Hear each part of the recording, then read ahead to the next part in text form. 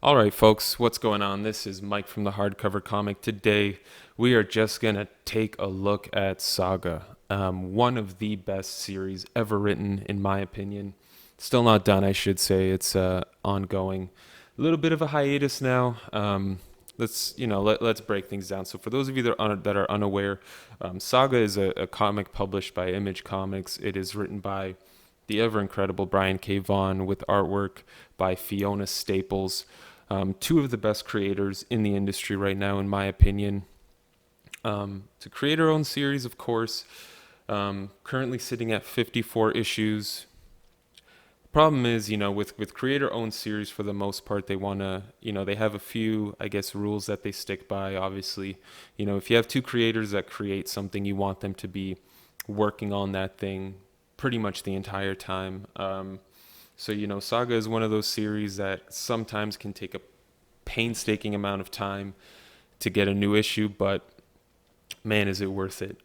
Is it ever worth it? With the holiday season coming around, you may have friends, family, or loved ones that you want to get interested in comic books, and you're not sure where to start. DC or Marvel might be a little too intimidating, not their flavor, because it's all superheroes. There's a very specific type of audience that's interested in those kinds of books. The good thing about publishers like Boom Studios, IDW, Aftershock, and of course Image, is that they give you books that a lot of people can get into. Obviously, not many people are aware, but they love a show like The Walking Dead. They don't know it's based on a comic. Preacher, what have you. There are tons of TV shows now that people absolutely love.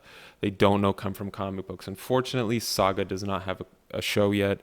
I imagine to be a very high production value show if they did ever make one. But if there was ever a series to get a non-comic book reader into comics, it's Saga. For those of you that don't know, again, it's written by Brian K. Vaughan, who has done a whole bunch of work, Ex Machina.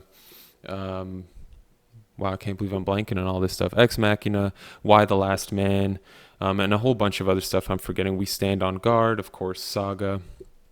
He's written a ton of especially creator-owned series that have all been amazing. He's known for his cliffhangers. He's known for not caring about which characters you like and want to see alive. And that's very, very true in Saga. So we've got the 3 deluxe editions here. Really nice colors on all of them. Really nice designs on all of them. The backs are all blank with just the color base on them. But you do get to see sort of what makes it stand out for me is see Hazel, one of the main characters in the book, sort of grow up over time as each volume progresses. The spines are all pretty uniform. So they do look quite nice next to each other on the shelf. But let's take a little look at these in more detail. So each of these contains 18 issues of the series. All of the artwork by Fiona Staples, who also did the cover artwork. You get your standard stuff like we talked about in our overview with the table of contents, and overall a very aesthetically pleasing book, set of books rather. But in terms of the series itself, if you haven't read Saga, again, if you're into comic books, I highly recommend you do it. It follows mainly these two characters, Alana and Marco, as basically they have a child, and they're fugitives, sort of escaping both of their home worlds. Their home worlds are after them as a result of them having a child, and then the coalition wanting to get the child. And I forget what the other faction's called, but basically, what's happening is Marco comes from the planet Wreath, which is a moon circling. I may have messed this up. I think, Marco comes from a moon that circles this planet, and the planet and the moon basically came to war, and they've been at war for so long that they've started to outsource the war to other planets.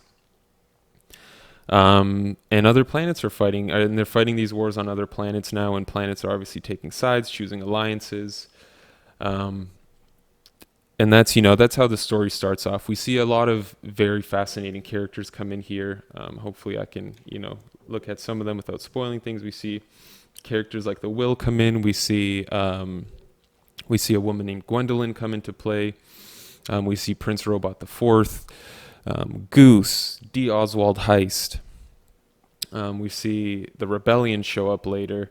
There are a lot of different parties here. There's a lot of stuff going on in this series.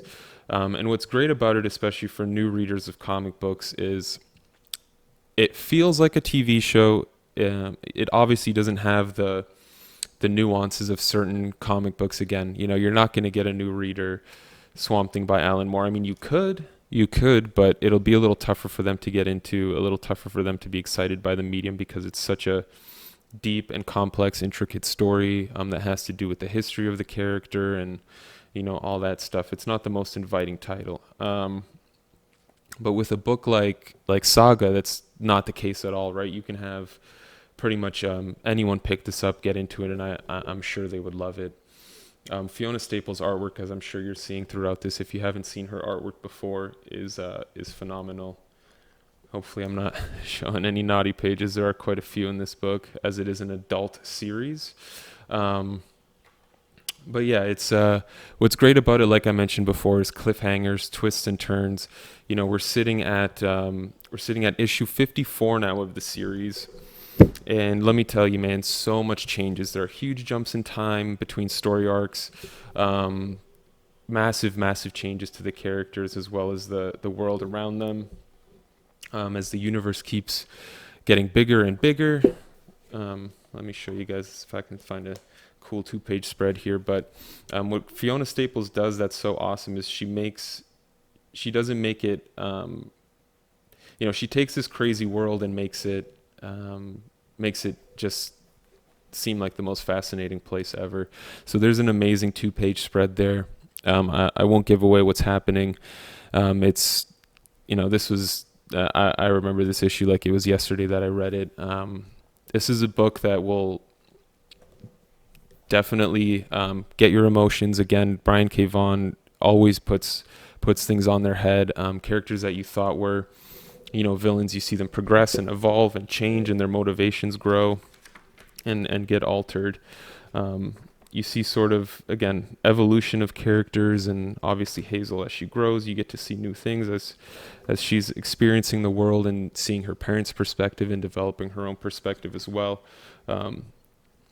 Characters come, characters go, and they don't come back. It's a hell of a story. At 54 issues right now, Brian K. Vaughan has confirmed that this is the halfway point, so we should see about another 54 issues coming out where it'll end at 108.